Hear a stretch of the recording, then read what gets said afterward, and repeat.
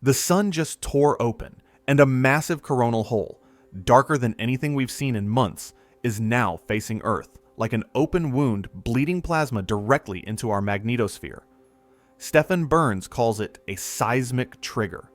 Mainstream scientists call it space weather. But here's what nobody's telling you. There's a window opening right now, a convergence of solar fury and planetary geometry that happens maybe twice in a lifetime. Magnitude 9 earthquakes don't announce themselves. They just happen. Cities vanish. Coastlines rewrite themselves. And if Burns is right, we're already inside the danger zone. Stay with me, because by the end, you'll understand exactly what's unfolding above us and what it might mean for what's beneath your feet.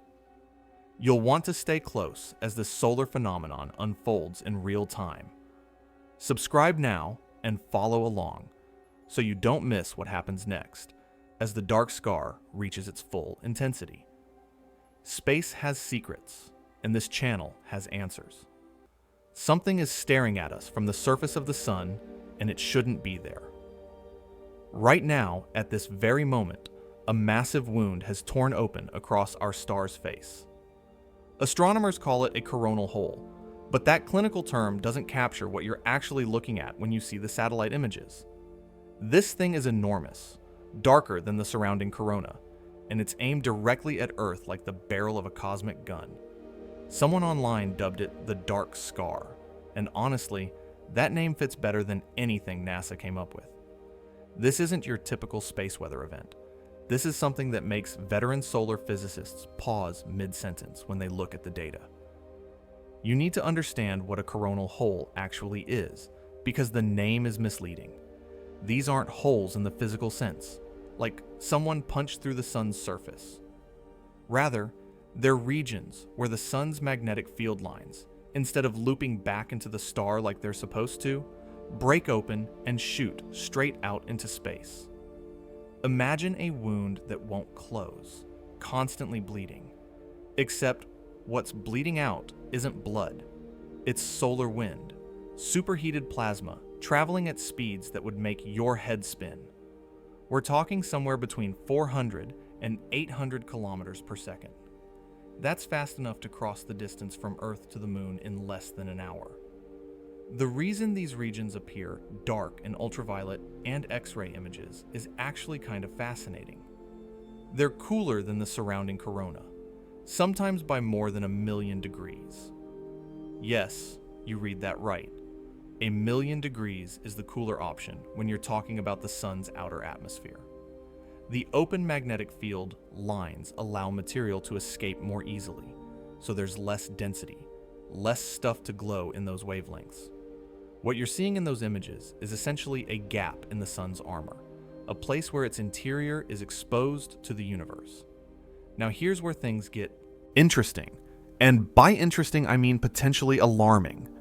NOAA's Space Weather Prediction Center has been issuing geomagnetic storm watches ranging from G1 to G3 over the past several weeks. For those of you not fluent in space weather scales, G3 is classified as strong. We're not talking about minor fluctuations that only affect satellites. We're talking about storm conditions that can disrupt power grids, interfere with GPS navigation, and send auroras dancing across skies where they have no business being. People in places like Texas and Arizona have been posting photos of northern lights, something that shouldn't happen at those latitudes unless something significant is pushing Earth's magnetosphere around. The solar wind speeds hitting our planet's magnetic shield have been elevated, sustained, relentless. When that high-speed stream from a coronal hole reaches Earth, it doesn't hit us all at once like a coronal mass ejection would. Instead, it's more like standing in front of a fire hose that someone forgot to turn off. The pressure just keeps coming, hour after hour, compressing our magnetosphere, forcing it to flex and ripple in ways that create those beautiful but unsettling light shows. But here's where we need to talk about Stefan Burns, because he's saying something that most space weather forecasters won't touch with a 10-foot pole. Burns argues this isn't just about pretty lights and satellite interference. He's claiming that this solar wind, The sustained bombardment of charged particles is doing something to Earth's crust. He calls it crustal loading, and his argument goes like this. When solar wind interacts with Earth's magnetosphere, it doesn't just create auroras and radio interference. It induces electrical currents in the ground itself, currents that flow through fault lines, through quartz-rich rocks, potentially adding stress to geological structures that are already under immense pressure. Now, before you dismiss this as complete nonsense, understand that telluric currents, these natural electrical currents flowing through Earth's crust, are absolutely real. Geophysicists have measured them. They're used in certain types of mineral exploration. The question isn't whether solar activity can induce these currents. The question is whether those currents could possibly be strong enough to trigger an earthquake. And that's where mainstream science says no, but Burns says we're not paying attention to something crucial. He's not just pointing at the coronal hole. He's pointing at something else, something that happens maybe once or twice in a human lifetime. A planetary alignment. Multiple planets lining up in a configuration that, according to his framework, creates a resonance, a locking mechanism that amplifies whatever stresses are already present. Jupiter, Saturn, Venus, all moving into specific geometric relationships with Earth at the exact moment this solar wind stream is hammering our magnetosphere. The timeline he's proposing is tight, uncomfortably tight. We're talking about a window that opens in the next few days and extends into early January of 2026. High-speed solar wind streams from this coronal hole are projected to peak in their effects during this exact period. If Burns is right, and that's a massive if, then we're not just watching space weather. We're watching the setup for a geological catastrophe. He's specifically warning about a magnitude 9 earthquake. Not a 6, not a 7, a 9. To put that in perspective, there have been only 6 magnitude 9 or greater earthquakes recorded since 1900. Chile in 1960, Alaska in 1964, the Indian Ocean in 2004, Japan in 2011. These are civilization-altering events. Coastlines redrawn, cities erased, hundreds of thousands of lives lost in minutes. The danger zones, according to this framework, are the usual suspects. The Cascadia subduction zone off the Pacific Northwest, overdue for its big one by about 320 years. The San Andreas fault system, perpetually loaded with stress. The subduction zones around the Pacific Ring of Fire, where tectonic plates are grinding against each other with forces that make nuclear weapons look quaint. But also, and this is where it gets strange, he's suggesting that other faults, ones we don't usually worry about, could be vulnerable during this window. So what are we actually looking at here? Is this real science? Or is this fear-mongering dressed up in technical language? That's what we need to figure out. And figuring it out requires understanding not just what's happening on the sun, but what might, possibly theoretically, be happening deep beneath our feet right now. Let me walk you through the mechanism that Burns and others propose. Because even if it's wrong, and it might be, understanding why someone would think this is possible requires diving into some genuinely weird physics. Start with the magnetosphere. Earth is surrounded by this magnetic bubble, generated by currents flowing in our planet's liquid iron outer core. When solar wind hits this bubble, it compresses it on the sunward side and stretches it out into a long tail on the night side. This compression creates fluctuations, oscillations, waves of magnetic energy that propagate through the magnetosphere and down into the upper atmosphere. This part is completely uncontroversial.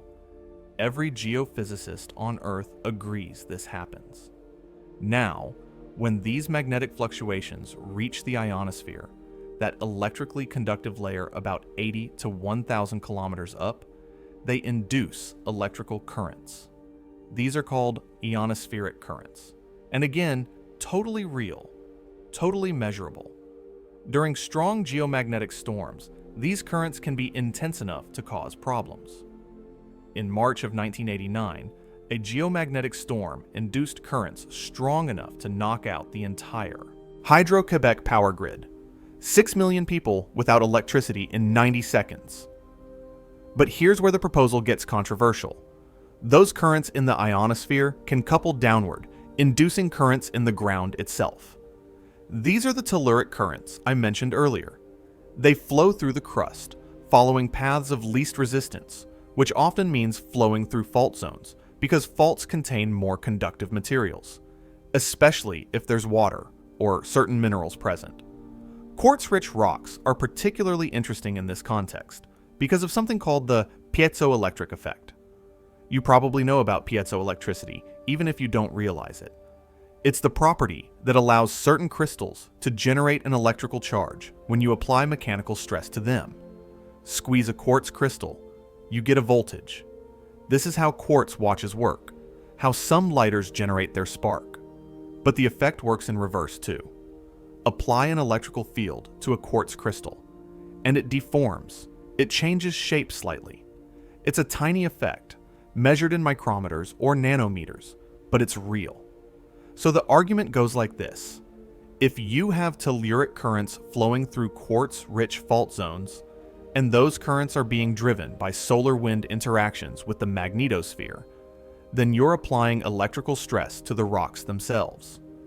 Could that stress, added to the already existing tectonic stress from plate movements, be enough to push a fault over the edge from stable to rupturing? Could it be the proverbial last straw? Mainstream seismology says absolutely not. The energy scales don't work out. The stresses induced by these electrical currents are so minuscule compared to the tectonic forces already present that it's like suggesting you could tip over a skyscraper by blowing on it. Earthquakes happen when stress accumulating over decades or centuries finally overcomes the friction holding a fault locked.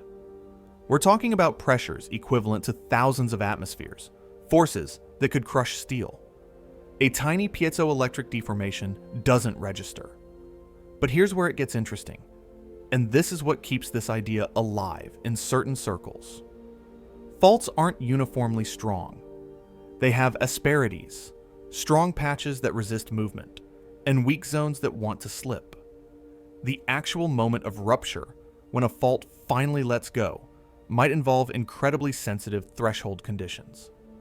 Some researchers have argued, though this is highly controversial, that tiny perturbations, things that wouldn't matter 99.9% of the time, might occasionally matter if they happen at exactly the right moment, or rather, the wrong moment.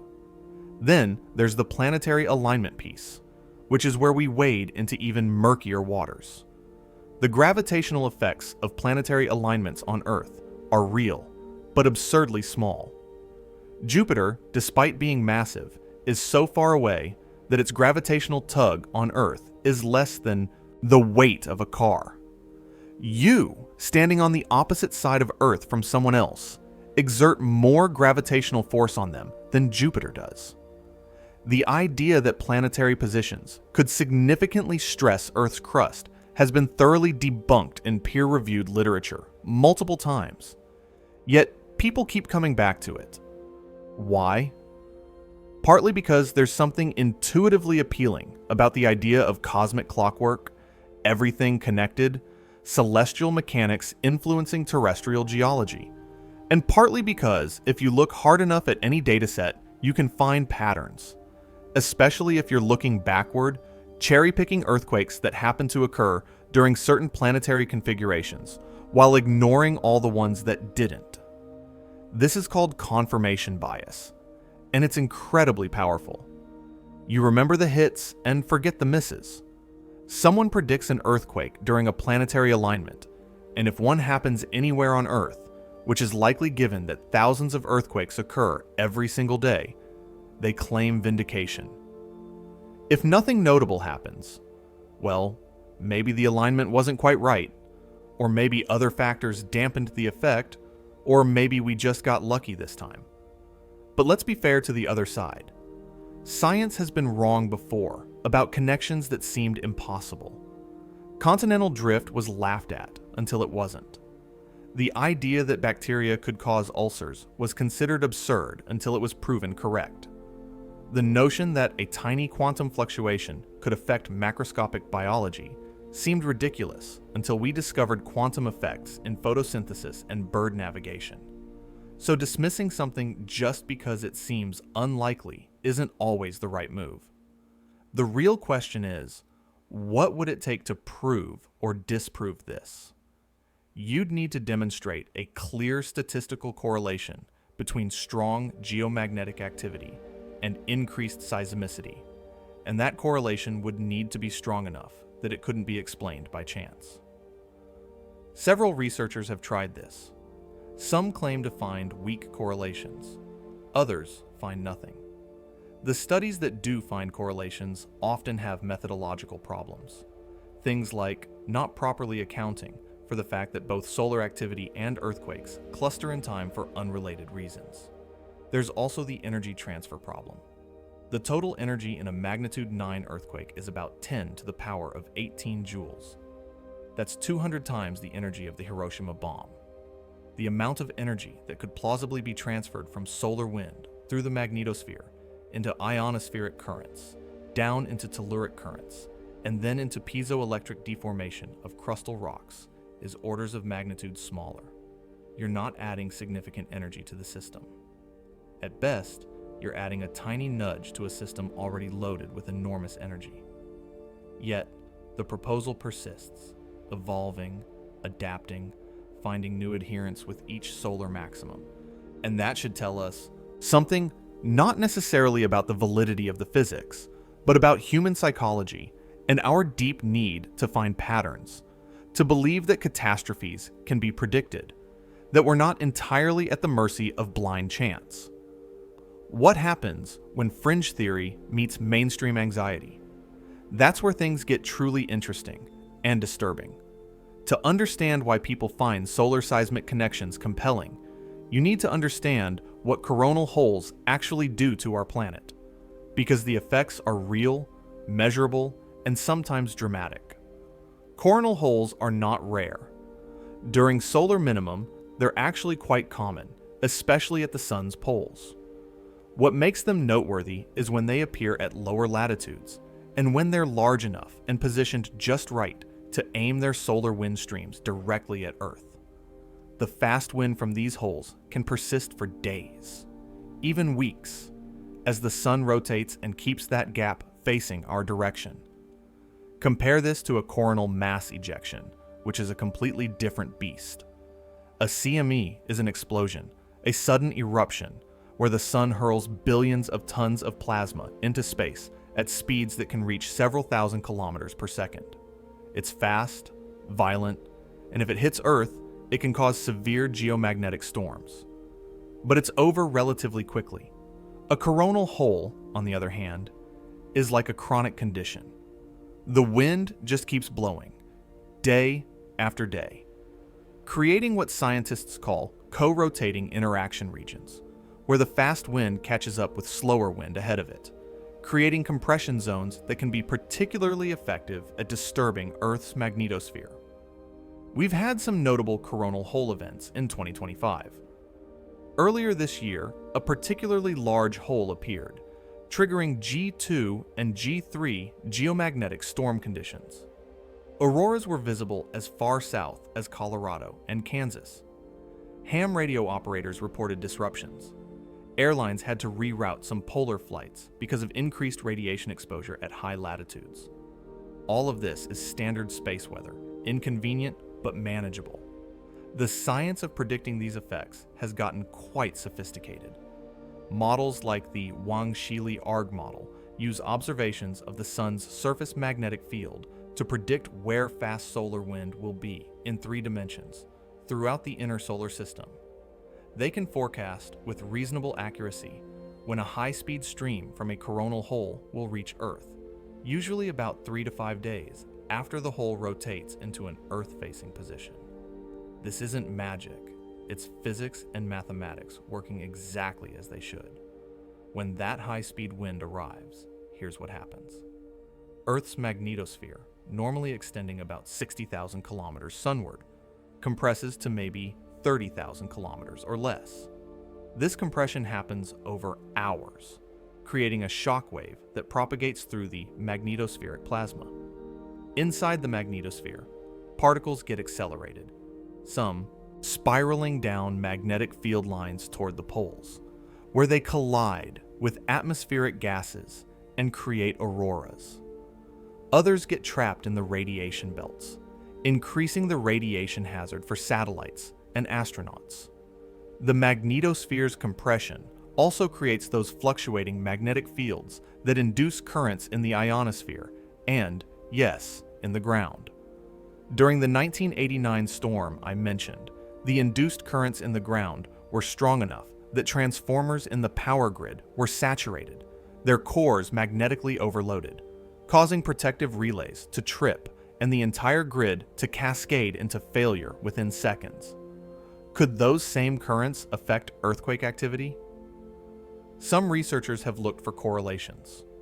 In 1997, a paper claimed to find a statistical link between solar activity and earthquakes.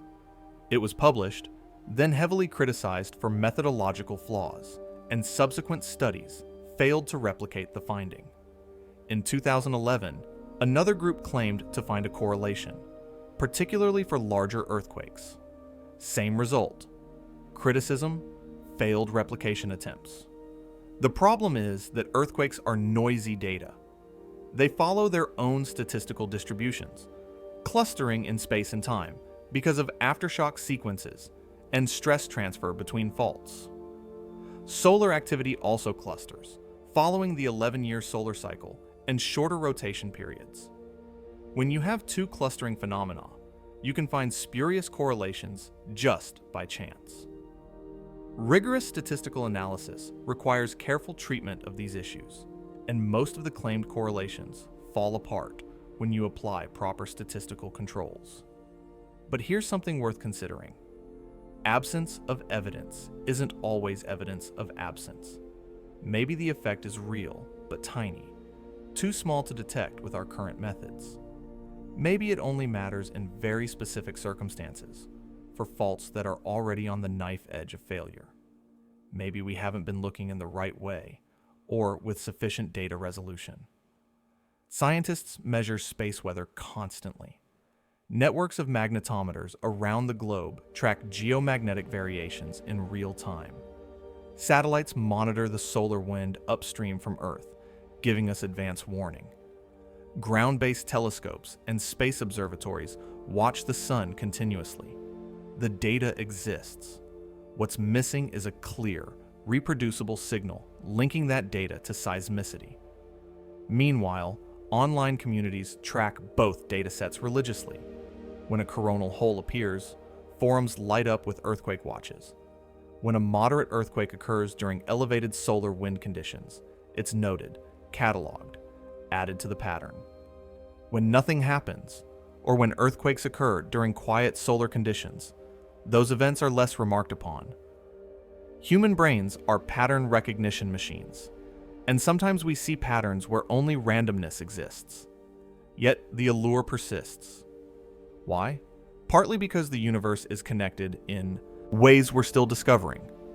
Quantum entanglement works at room temperature in biological systems, something that would have seemed absurd decades ago.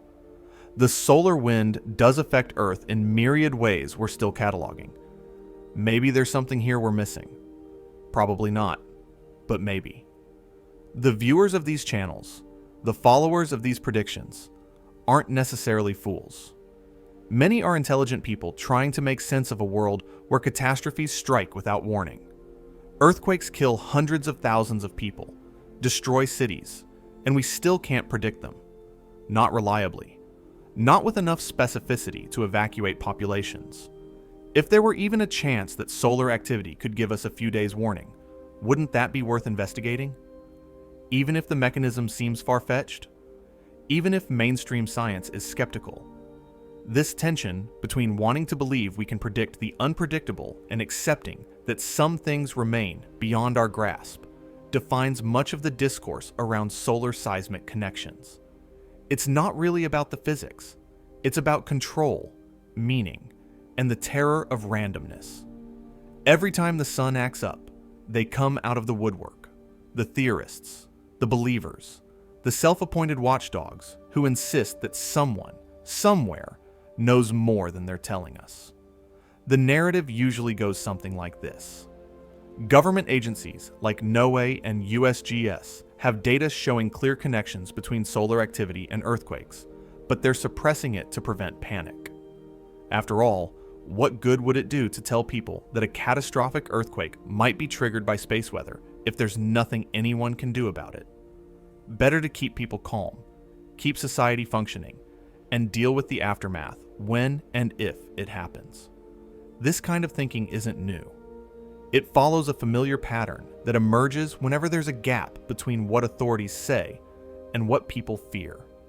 The actual reason agencies like USGS emphasize tectonic processes and downplay or dismiss solar triggers isn't because they're hiding something. It's because that's what the scientific evidence supports. Earthquakes are driven by the slow accumulation of stress as tectonic plates grind past each other. This process happens over decades and centuries. The stresses involved are enormous, far beyond anything that solar wind could influence. But try telling that to someone who's watched hours of YouTube videos showing correlations between solar flares and seismic events. Try explaining statistical noise and confirmation bias to someone who's convinced they've seen the pattern. The problem is that a few correlations, even coincidental ones, can seem overwhelmingly convincing if you don't understand probability. Then there's the electric universe crowd, and this is where things get genuinely interesting from a sociological perspective. Electric universe proponents argue that electromagnetic forces, not gravity, are the dominant force shaping the cosmos. They point to plasma physics, to the fact that 99% of the visible universe is plasma, and argue that mainstream astrophysics has fundamentally misunderstood how celestial bodies interact. Some of their observations aren't wrong. Electromagnetic forces do play crucial roles in space. The solar wind is a magnetized plasma. The magnetosphere is shaped by electromagnetic interactions. Birkeland currents do flow through space. But electric universe theory takes these real phenomena and extrapolates them into a complete alternative physics that contradicts well-tested theories without providing equivalent explanatory power. When it comes to Earth, electric universe thinking proposes that our planet is electrically connected to the sun and to other planets in ways that mainstream science ignores. They suggest that earthquakes, volcanoes, and other geological phenomena have electrical components that we're not measuring or understanding. Some go further, proposing that the Earth's interior isn't what we think, that seismic tomography is misinterpreted, that electrical currents and plasma phenomena deep within the planet drive processes we attribute to purely mechanical tectonics. Here's the thing about alternative frameworks. They're seductive because they promise to explain everything. Mainstream science is messy, with different theories for different domains, lots of unsolved problems, constant revisions. Alternative theories often present themselves as elegant, unified, explaining the cosmos with a single principle. But elegance isn't evidence. Nature doesn't care about our preference for simplicity. The online communities that track solar seismic correlations have developed their own methodology. They monitor space weather data from NOAA and NASA. They watch seismograph networks globally. When solar wind speeds spike, they issue earthquake watches, sometimes specifying regions based on where they think crustal loading is most likely to trigger events. They keep records of hits and misses, though the accounting often favors hits. What's fascinating is the behavior itself, not necessarily the claims. These communities represent a grassroots science experiment, a distributed network of amateur researchers trying to find patterns in publicly available data.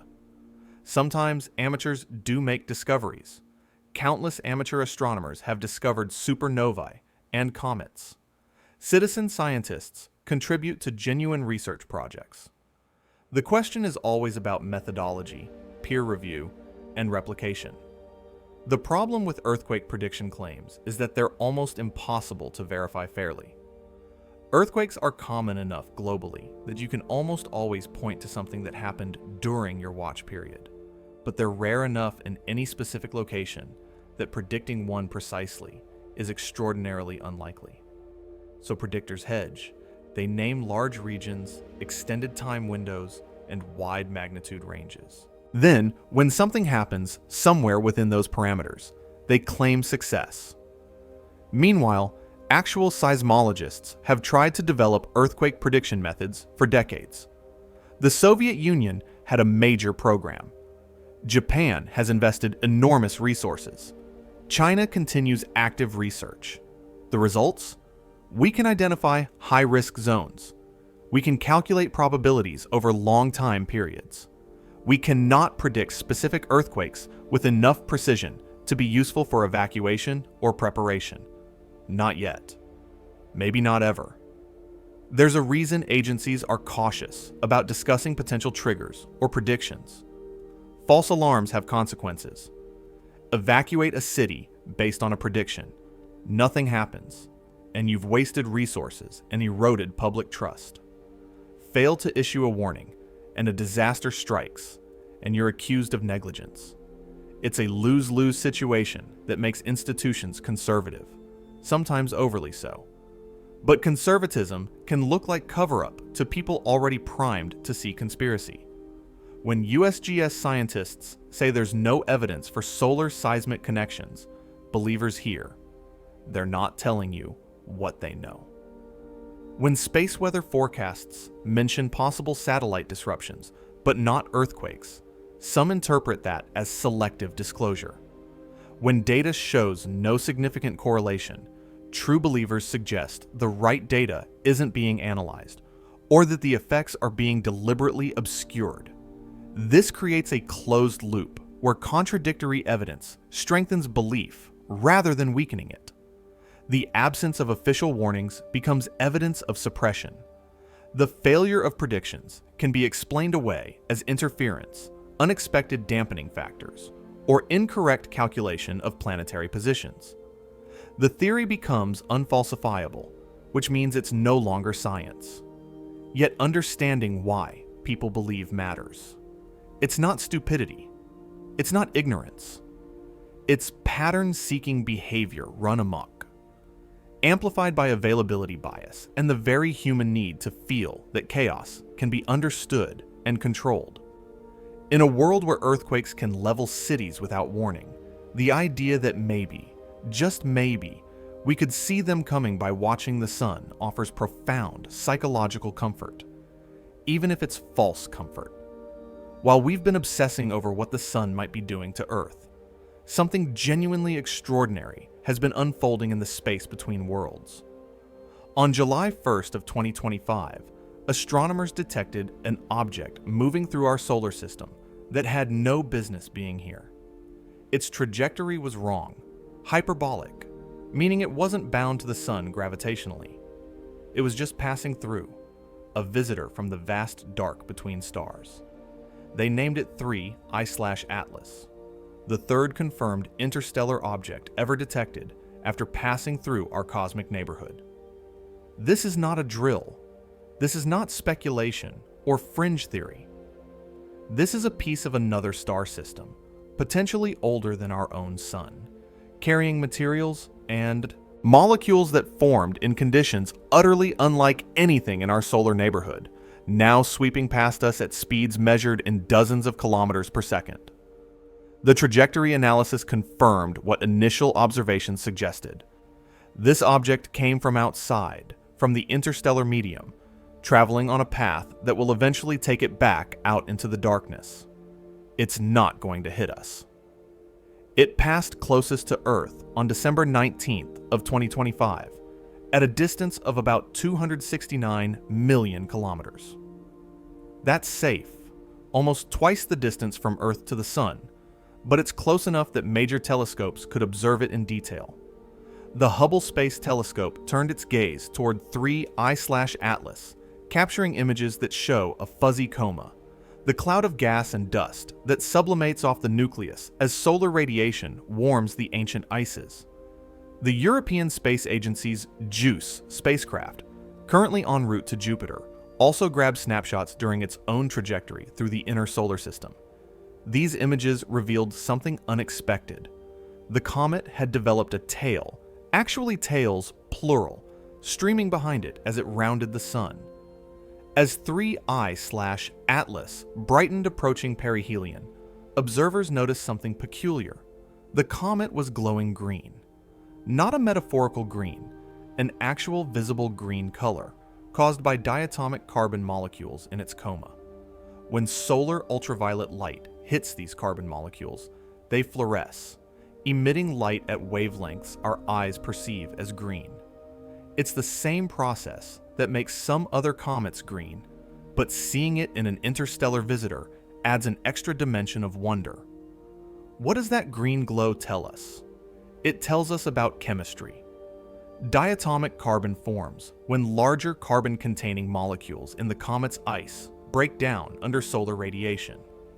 The presence of these molecules and the ratios of different isotopes within them can reveal where and when the comet formed. Different stars, different epochs of galactic history, produce different chemical signatures. In theory, a detailed enough analysis of an interstellar object's composition could tell us what kind of star system it came from, maybe even approximately when and where in the galaxy that system existed. Think about what that means for a moment. Every element heavier than hydrogen and helium was forged inside a star or in the explosion of a star.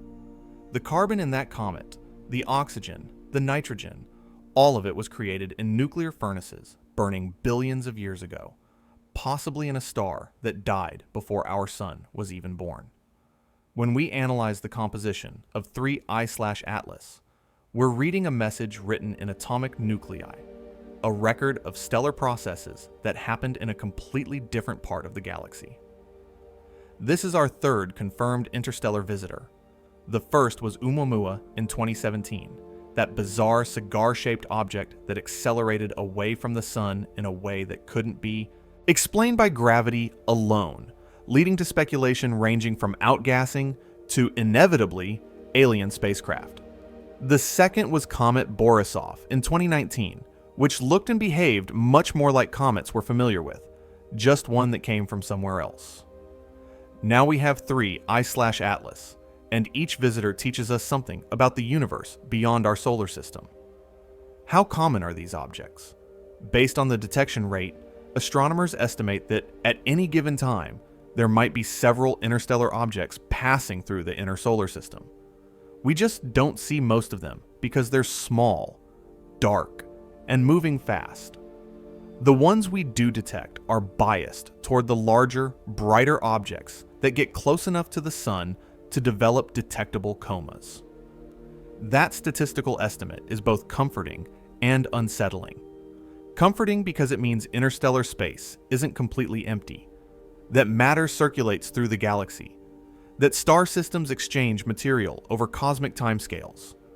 Unsettling because it means we're constantly being visited by objects we can't see, can't track, and wouldn't know about unless they happen to get close enough and bright enough to catch our attention. The galaxy is far more dynamic than we typically imagine. The really exciting part is what happens as 3I/Atlas interacts with the solar environment. As it moves through the sun's atmosphere, so to speak, through the region where solar wind and radiation are strong, we get to watch how interstellar materials respond to our star's influence. The comet's tail grows, changes, responds to variations in solar wind pressure.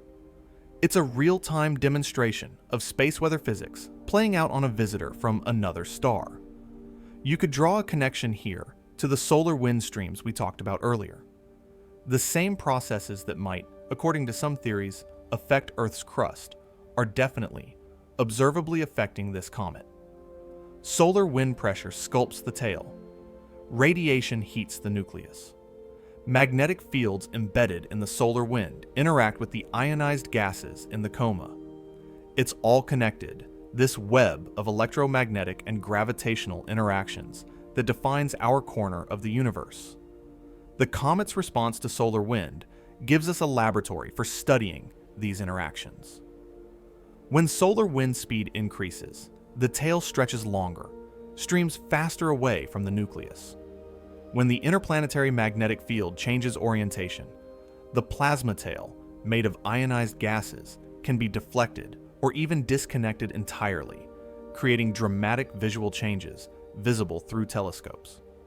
Scientists studying 3I/Atlas are effectively watching space weather in action, seeing how particles and fields interact with matter in real time. There's something almost poetic about the timing. While we're watching for potential effects of solar activity on our own world, this traveler from the cosmos arrives to remind us that space is not empty, that the galaxy is dynamic, that matter and energy flow between star systems in ways we're only beginning to understand. The universe is not static. It never has been. Consider the journey this object has made. It may have been ejected from its home system millions or even billions of years ago. Perhaps a gravitational encounter with a giant planet flung it into interstellar space. Perhaps the gravitational disruption from a passing star perturbed its orbit beyond the point of return. Whatever the mechanism, 3I/Atlas has been traveling through the void for timescales that make human history look like an eye blink. During that journey, it experienced conditions we can barely imagine. Temperatures just a few degrees above absolute zero. Radiation from cosmic rays, particles accelerated to near light speed by supernovae, and other violent cosmic events. The faint pressure of starlight from distant suns. The gravitational tugs of passing molecular clouds. It survived all of this, preserving within its icy nucleus a record of the conditions where it formed. Speculating responsibly here, what if interstellar objects carry materials that don't exist in our solar system? What if the isotopic ratios, the mineral structures, the organic compounds in 3I/Atlas formed under conditions so different from anything in our neighborhood that analyzing them would be like getting a message from an alien world? Not alien as in intelligent life, but alien as in genuinely foreign chemistry, physics playing out under different rules, different starting conditions. Some stars are enriched in heavy elements, forged from the debris of previous stellar generations. Others are metal poor, primitive, containing mostly hydrogen and helium with just traces of heavier elements. The chemistry of planets and comets forming around these different stars would reflect those compositional differences. Finding unexpected isotope ratios or unusual minerals in 3I/Atlas could tell us about stellar nucleosynthesis processes, about how different types of stars create and distribute the elements that make up worlds. There's also the possibility, remote but tantalizing, that interstellar objects could carry organic molecules, the building blocks of life. Not life itself, almost certainly, but complex carbon-based molecules that could survive the journey through space. If we found amino acids or nucleobases or other biologically relevant compounds in an interstellar visitor, it would strengthen the case for panspermia, the idea that the ingredients for life are distributed throughout the galaxy. Perhaps even life itself, hitching rides on comets between star systems. We can't answer those questions yet. The spectroscopic data will take time to analyze. But the possibility, the sheer what if of it, keeps astronomers excited about every new interstellar detection.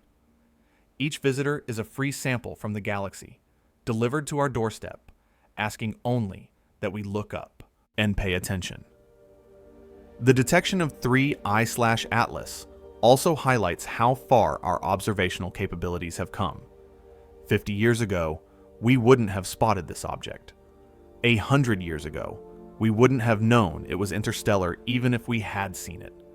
The combination of automated sky surveys, sophisticated orbital calculation software, and global networks of telescopes means we're now capable of identifying these visitors soon after they enter the inner solar system, giving us time to organize detailed observations before they leave forever. Every interstellar object we detect raises our estimates of how many must be out there, too faint or too far to see. The galaxy may be full of these wanderers, ejected from their home systems, traveling for millions of years between brief encounters with other stars. We're catching glimpses of a vast cosmic ecology, a circulation of matter through the galaxy that connects all stellar systems in a slow, grand dance, playing out over timescales, measured in millions of rotations around the galactic center. So while we watch the dark scar on the Sun and wonder about its effects on Earth, 3I/Atlas reminds us that we're part of something larger. The solar wind that might or might not trigger earthquakes is the same wind sculpting the tail of a visitor from another star.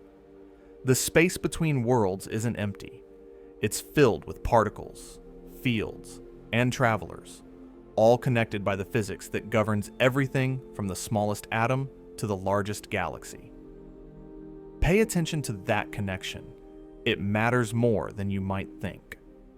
While 3I/Atlas cruises through the solar system and coronal holes stare down at Earth, astronomers using the James Webb Space Telescope stumbled into a puzzle that challenges everything we thought we understood about hot planets and stellar wind. They found a world, a gas giant orbiting so close to its star that its year lasts less than an Earth day. Astronomers call these hot Jupiters, and they're extreme places. Surface temperatures reach thousands of degrees. The star's gravity is trying to tear the planet apart.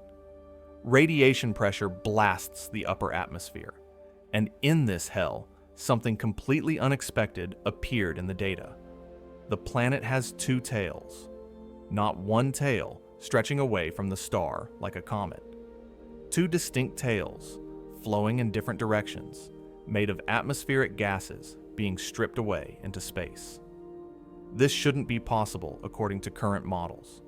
Stellar wind and radiation pressure should create a single tail, a stream of escaping atmosphere flowing directly away from the star. But this planet defied expectations, sporting twin tails that suggest atmospheric dynamics far more complex than anyone predicted. Why does this matter? Because it tells us that even in our own galaxy, on worlds we can observe directly, processes are happening that we don't understand. The interaction between a star's radiation, its wind, and a planet's atmosphere is apparently more complicated than our models capture. If we're missing something this fundamental about exoplanets, we can study with billion-dollar telescopes. What else are we missing? Hot Jupiters are laboratories for extreme physics. The star's radiation heats the planet's atmosphere to incredible temperatures, causing it to expand and escape. This is called atmospheric loss, and over billions of years, it can strip away substantial fractions of a planet's mass. Understanding this process matters for questions about planetary habitability, about whether rocky planets in close orbits around red dwarfs could retain atmospheres long enough for life to develop. The twin tails suggest that hot Jupiter atmospheres might have different layers moving in different directions, perhaps driven by complex wind patterns or magnetic field interactions we haven't fully modeled. Or maybe there's asymmetric heating, creating separate outflow regions. Or possibly the star's own magnetic field is channeling escaping gases in unexpected ways. The truth is, right now, we don't know. This connects back to solar wind physics in interesting ways. Earth's magnetosphere creates a tail stretching millions of kilometers behind us, shaped by solar wind pressure.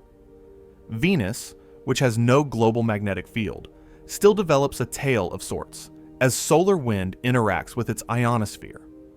Comets develop tails shaped by both solar wind and radiation pressure. The universe seems fond of creating tails when wind meets matter, but twin tails are weird. They suggest something asymmetric in the driving force or in the responding structure. Maybe the planet's own magnetic field, if it has one, is creating channels. Maybe the star's magnetic field has a complex structure near the planet's orbit. Maybe we're seeing the aftermath of a stellar flare that temporarily changed the wind conditions.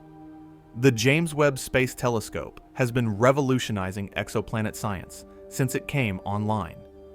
Its infrared vision pierces through dust and atmosphere, revealing details impossible to see from ground-based telescopes. Every week brings new discoveries: planets with water vapor, atmospheres with unexpected chemistry, systems with orbital configurations that shouldn't be stable according to theory. The universe is messier and more interesting than our equations predicted.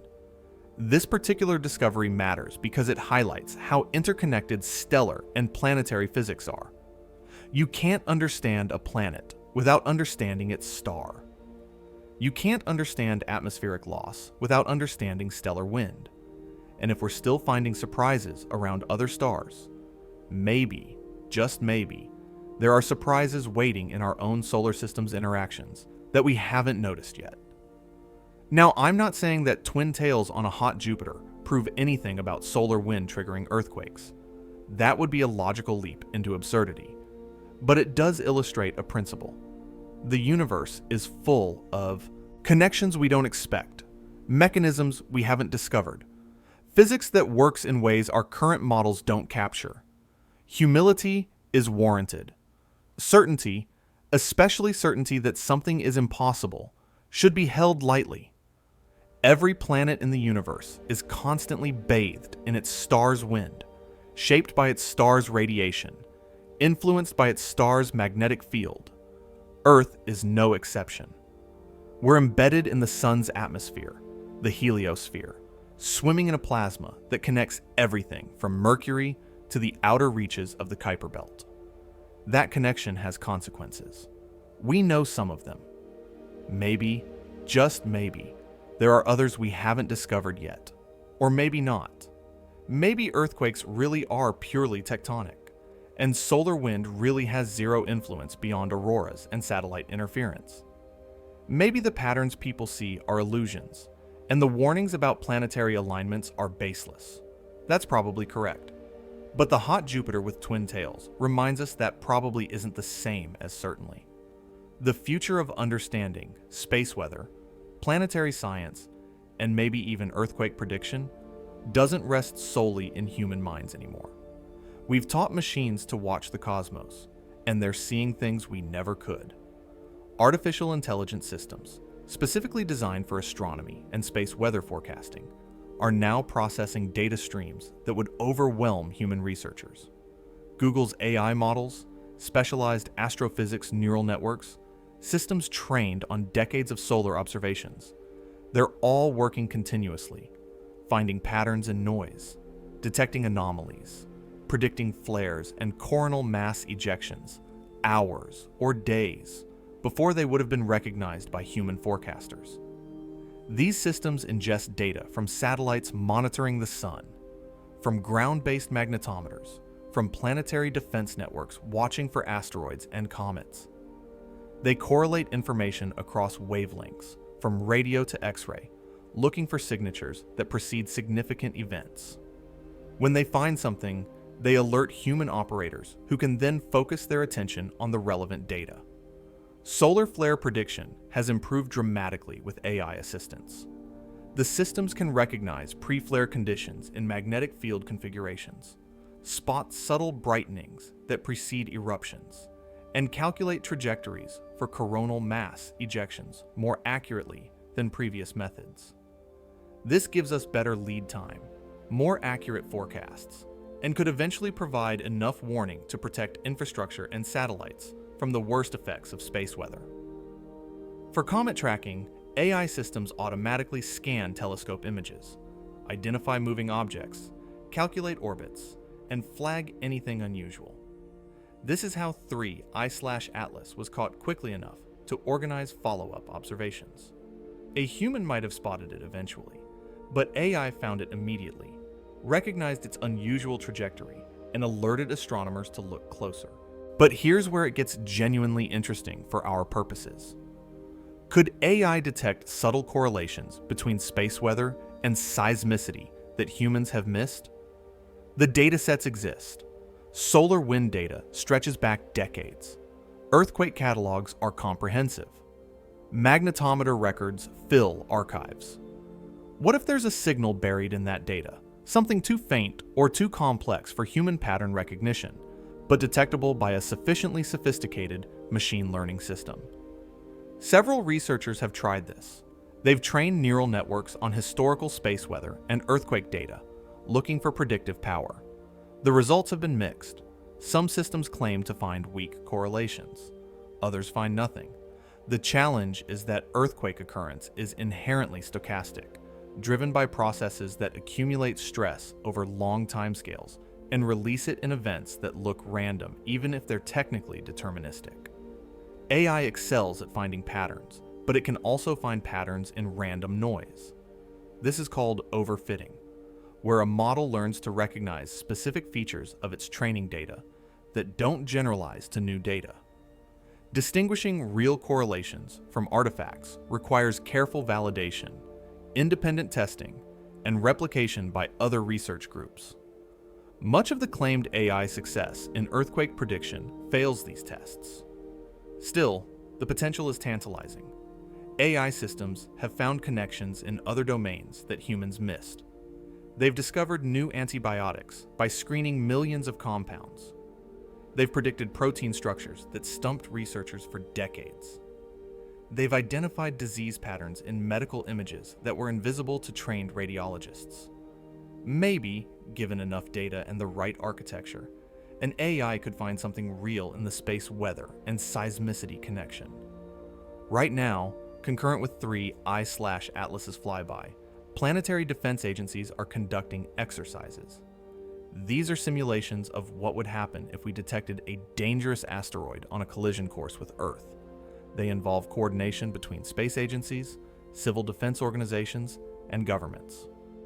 AI plays a role here too, helping to calculate trajectories, assess impact probabilities, and model potential deflection missions. The tools we're developing for planetary defense could theoretically apply to earthquake early warning too, if there were reliable precursors to detect. AI systems could monitor multiple data streams continuously, looking for the signatures of an impending event. Ground deformation detected by GPS stations, changes in electromagnetic field measurements, variations in radon emissions or groundwater levels, maybe even solar wind conditions, if they truly mattered. The question isn't whether AI can process the data. It can. The question is whether the data contains predictive information. For planetary defense, the physics is straightforward. An asteroid on a collision course will hit unless something changes its trajectory. For earthquake prediction, the physics is murkier. A fault-building stress will eventually rupture, but we don't know when or exactly what conditions will trigger the failure. Looking forward, AI will almost certainly play an increasing role in space weather forecasting. Better models means better predictions, means more time to protect satellites, power grids, and astronauts. For earthquake prediction, the outlook is less certain. Maybe AI will find the signal that's been eluding us. Maybe there's no signal to find. Maybe the universe just doesn't give us that particular mercy. But we live in a golden era. Our tools for understanding the cosmos have never been better. Telescopes peer deeper into space and time than ever before. Satellites monitor Earth and Sun continuously. AI processes data at scales unimaginable a generation ago. If there are connections to be found between solar activity and terrestrial events, between planetary configurations and crustal stress, between space weather and earthquake risk, we're better positioned than ever to find them, or to conclusively demonstrate they don't exist. That would be valuable too. Sometimes the greatest service science provides is showing us what isn't true, so we can stop wasting resources chasing phantoms and focus on real solutions to real problems. So here we are, watching a massive coronal hole spray solar wind at Earth, tracking an interstellar comet as it loops through the inner solar system, deploying AI to scan for patterns in the chaos. We stand at the intersection of multiple futures, where the next breakthrough could come from a human mind or a machine intelligence, could overturn our understanding or confirm what we already suspected. The dark scar on the sun stares down at us. The countdown to early January continues. Stefan Burns' warning echoes in certain corners of the internet. Meanwhile, mainstream science proceeds carefully, measuring, analyzing, refusing to make claims unsupported by evidence. Both approaches have value. Both deserve consideration.